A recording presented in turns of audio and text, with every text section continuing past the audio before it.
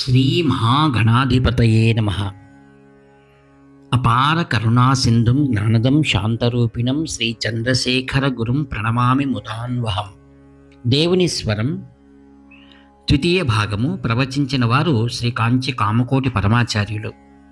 మంత్రయోగము. 14 భువనాలు ఒక సామ్రాజ్యం. దీనికి అధినేత ఒక సార్వభౌముడు. జగత్తులోని సమస్తము ఆయన ప్రజలు. సార్వభౌమునికి కానీ మృత్యులకు కానీ కాలమానంలో ఆది అంటూ ఏదీ లేదు. ఒక రాజ్యము, ఒక రాజు ఉన్నప్పుడు కొన్ని శాసనాలు ఉంటాయి. ఈ మూడింటికి మొదలు అంటూ లేరు కాబట్టి ఈ శాసనాలకు ఆది లేదు. ఆది లేని శాసనమే వేదం. సామ్రాజ్యానికి మొదలంటూ లేకపోయినా అప్పుడప్పుడు తాత్కాలికంగా అంతముంది సృష్టి వల్ల మళ్ళీ జన్మిస్తూ ఉంటుంది. కానీ సార్వభౌమైన పరమాత్మకు కానీ శాసనమైన వేదానికి కానీ మొదలు లేదు, తుది లేదు. మనం ఎరిగిన దృశ్యమానమైన ప్రపంచం సృష్టించబడుతుంది, వృద్ధి చెందుతుంది. కొన్ని లక్షల సంవత్సరాల తర్వాత ప్రళయంలో లయం అవుతుంది, మళ్ళీ సృష్టింపబడుతుంది. ఇట్లాగే ఇది జరుగుతూ ఉంటుంది. అయినా సార్వభౌముడు, శాసనము స్థిరంగా ఉంటాయి. ప్రతి సృష్టికి ముందు కొందరు నియమిస్తాడు సార్వభౌముడు.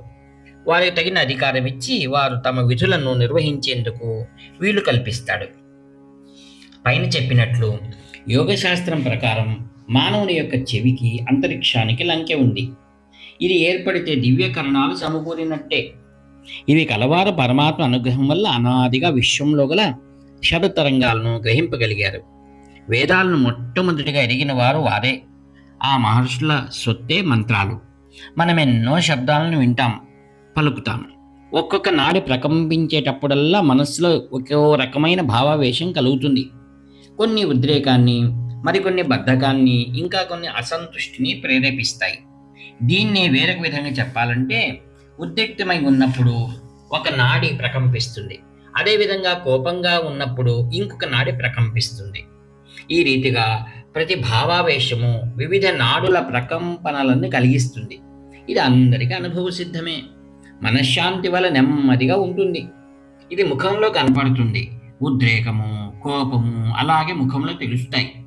నాడి కొట్టుకునే వేగం వల్లనే ఈ చిహ్నాలు వస్తాయి.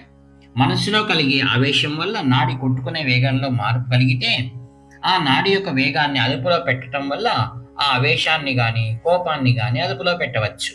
అందువల్లనే ఆత్మ సాక్షాత్కారానికి మార్గాలలో ఒకటైన రాజయోగం మనస్సును అదుపులో పెట్టడానికి ప్రాణాయామాన్ని ముఖ్యమైన సాధనగా ఉపయోగిస్తుంది. మంత్రయోగం కూడా ఇంకొక మార్గం.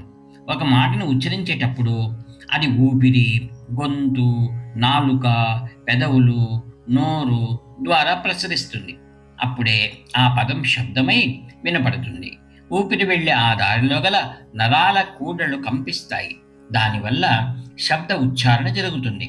సరైన శిక్షణతో సరైన విధంగా ఉచ్చరింపబడిన వేదమంత్రాలు మనస్సులో సద్భావనలను కలిగిస్తాయి. వాటి వల్ల ఆ మంత్రాలను పలికే వ్యక్తికి, లోకానికి శ్రేయస్సు కలుగుతుంది. దానికి తోడు నీచమైన భావాలు దూరం అవుతాయి. దేన్నైతే నిత్యం మననం చేయటం వల్ల వ్యక్తి రక్షితుడు అవుతాడో అదే మంత్రమంటే. మననాత్ త్రాయేతే ఇది మంత్ర. మంత్ర జపం పదే పదే చేయటం బ్రాహ్మణుని కర్తవ్యం. దానివల్ల ప్రకంపనలు పదే పదే వ్యాపిస్తాయి. ఆ శక్తే వ్యక్తికి, సమిష్టికి శ్రేయోదాయకం.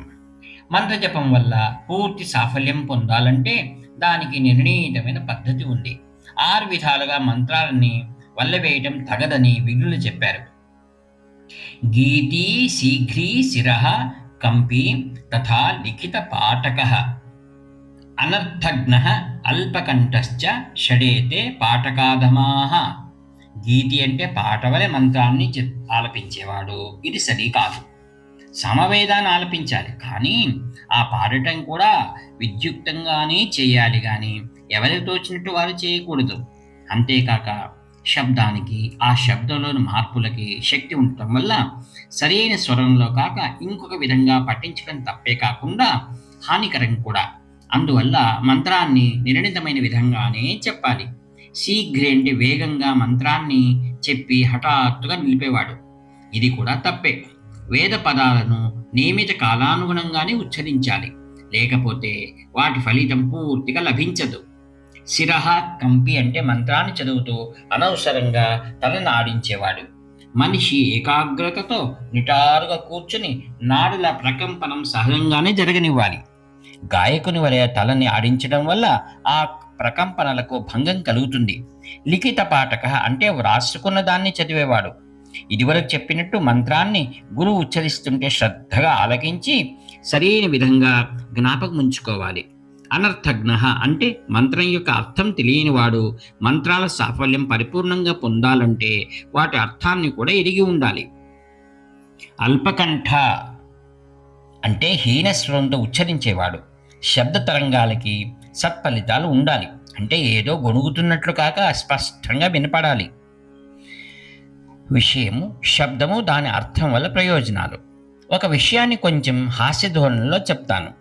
సంస్కృతంలో ఒక పదానికి తరం అని చేరిస్తే మరొక దానికన్నా శ్రేష్టమని అర్థం వస్తుంది. వీర్యవత్ అంటే శక్తిమంతమని అర్థం. వీర్యవత్తరం అంటే అసాధారణమైన శక్తిమంతమని అర్థం. చాందోగోపనిషత్తులో ఓంకారాన్ని అర్థం తెలుసుకుని జపిస్తే ఉత్కృష్ట ఫలితాలు పొందవచ్చని ఉంది. వీర్యవత్తరం అన్న పదం ఇక్కడ వాడబడింది. ఈ పదం వాడటం వల్ల స్ఫురించేది ఇది. అర్థం తెలుసుకోకుండా జపిస్తే తక్కువ ఫలితాలు వస్తాయని తన భాష్యంలో ఆదిశంకర్ల వారు అర్థం తెలుసుకొని జపం చేసేవారికి లభించిన ఫలితాలు లభించకపోయినా ఇతరులకు కూడా కొంతైనా సత్ఫలితం వస్తుందని అన్నారు. అర్థం తెలిసి చేసినా తెలియక చేసినా విఘ్నులైన పెద్దలు చెప్పారన్న విశ్వాసంతో ఏ పని చేసినా సత్ఫలితాలే వస్తాయి. వేద జపంలో సరి అయిన ఉచ్చారణ వల్ల ఉత్పన్నమయ్యే తరంగాలే సత్ఫలితాలను ఇస్తాయి. శబ్దం కలిగించే ఫలితాలే ప్రధానం. అర్థం తెలియటం వల్ల కలిగే ఫలితాలు కూడా అప్రధానం. అందువల్ల నాకు ఇట్లా అనిపిస్తుంది, అర్థం తెలియటం వల్ల వీర్యవత్ ఫలితాలు, అర్థం తెలియకపోవటం వల్ల వీర్యవత్తర ఫలితాలు లభిస్తాయని. అర్థం తెలియకుండా ఉంటేనే ఉత్కృష్టమైన ఫలితాలు వస్తాయనటంలో అర్థమేమిటి? ఒక కలెక్టర్ ఉంటాడు. ఆయనకు ఒక రైతు వినతి పత్రాన్ని సమర్పించాలి. దాన్ని లాయర్తో వ్రాయించుకుంటాడు. కానీ తానే స్వయంగా కలెక్టర్కి సమర్పించుకుంటాడు. నిరక్షరాస్యుడైన పత్రాన్ని సమర్పించేటప్పుడు అనుకూలమైన ఉత్తరం ఇవ్వమని విన్నవించుకుంటాడు. ఆ పేదవాని విషయం తెలియకపోయినా తన న్యాయ బుద్ధిపై విశ్వాసం ఉందని కలెక్టర్ గ్రహిస్తాడు. అనుకూలమైన ఉత్తర్వును జారీ చేస్తాడు. మంత్రాల విషయం అంతే. వాటి భావం సంపూర్ణంగా భగవంతునికే తెలుస్తుంది. కానీ మనం వాటిని సమీపించేటప్పుడు గడుస్తనం చూపకూడదు. లాయర్ వాదనలో తప్పుంటే కలెక్టర్ కోపం వస్తుంది. కానీ ఆ వాదనలోని తప్పు రైతుకు కూడా తెలిసే ఉంటుందని కలెక్టర్కి కోపం మరీ ఎక్కువ అవుతుంది. అతన్ని తెలియకపోవచ్చుననుకుంటే రైతు పట్ల కలెక్టర్ సుముఖంగానే ఉంటాడు. అందువల్ల నాకు ఎలాగో అర్థం తెలియదు, వల్లవేయటం ఎందుకు అనకూడదు. అమాయకత్వం కంటే వల్లవేయటం అధిక బలం ఇస్తుంది. ఈ మాటలను తమాషాకి అన్నాను. ఈ రోజుల్లో తెలివితేటలు ఎక్కువైపోయాయి. విద్యావంతులు కాని వారి వినయాన్ని కించపరుస్తున్నప్పుడు నాకు అనిపిస్తుంది, వివేకం లేని విశ్వాసమే విశ్వాసం లేని వివేకం కంటే నయమని. కానీ నిజానికి వినయంతో కూడిన వివేకం ఉండాలి. మంత్రాల విషయంలో వాటి అర్థం కంటే సరైన ఉచ్చారణే ప్రధానమైన. మంత్రాలు మన ధర్మశాస్త్రాలు కావటం వల్ల వాటి అర్థమెరిగి ఉంటేనే వాటి ప్రకారం నడుచుకోగలుగుతాం. కాబట్టి మంత్రాల పఠనానికి ఇంకా పటుత్వం కలిగించటానికి వాటి భావాన్ని కూడా తెలుసుకోవటానికి ప్రయత్నించాలి. వేదాలని గంభీరతతో ఉచ్చరించాలి. అప్పుడే ఆ శబ్దాలు స్పష్టంగా వినపడతాయి. వేద మంత్రాలు ఆ పఠించేవాని నాడులలో మంచి ప్రకంపనలే కాక వినేవారిలో కూడా అటువంటి వాటినే కలిగిస్తాయి. అవి వాతావరణంలో విస్తరిస్తాయి. కాబట్టి ఎల్లవేళలా శ్రేయోదాయకాలే. మంత్రాలు అంతటా వ్యాపించడానికి వీలుగా వాటిని బిగ్గరగా వల్లవేయాలి. వేద వైభవం. ఇంతకు పూర్వం చెప్పినట్లు వేదాల లక్షణాలు ఇవి. అవి అనాది. రెండవది, అవి అపౌరుషేయాలు. 3, అవి సృష్టికి మూలం. అంతేకాదు వాటిని పఠించేటప్పుడు వచ్చే శబ్దం మన నాడులను ప్రకంపింపచేస్తాయి, వాతావరణాన్ని ప్రభావితం చేస్తుంది, వ్యక్తికి సమిష్టికి మేలు కలిగిస్తుంది. ఇక్కడ సమిష్టి అంటే కేవలం మానవులనే అర్థం కాదు. వేదాల వలె జంతువుల క్షేమానికి, వృక్ష క్షేమానికి ఏ ఇతర మత గ్రంథాలు ప్రాధాన్యం ఇయ్యవు. 2 కాళ్ళవే కాక 4 కాళ్ళవి కూడా వర్ధిల్లాలి. శంనో అస్తు ద్విపదే శం చతుష్పదే. ఇంతేకాదు పొదలు, వృక్షాలు, పర్వతాలు, నదులు ఒకటేమిటి సృష్టి అంతా వర్ధిల్లాలి అంటాయి. వేదాలకి ఎంతో అర్థగాంభీర్యం ఉంది. మహనీయమైన కవిత్వమే కాక వాటిలో సహజంగా సక్రమంగా ఉండటానికి నియమాలు, ఆధ్యాత్మిక సత్యాలు, ఆఖరికి వైజ్ఞానిక సూత్రాలు కూడా ఉన్నాయి. శబ్ద ప్రధానాలైన వేదమంత్రాలకి మనకి అలవాటైన రీతిలో అర్థాలు ఉండవలసిన అవసరం లేదు. మనం రాగాలాపన వింటూ ఉంటాం. ఇందులో రాగంలోని స్వరాలనే విస్తరిస్తూ ఆలపిస్తారు. సాహిత్యం ఉండదు. అయినా ఆలాపన వింటున్నప్పుడు మనకి భావావేశం కలుగుతుంది. వాద్య సంగీతం వినిపించటం వల్ల చెట్లు ఎక్కువగా ఫలవంతమవుతాయని ప్రయోగాల వల్ల నిరూపించారు.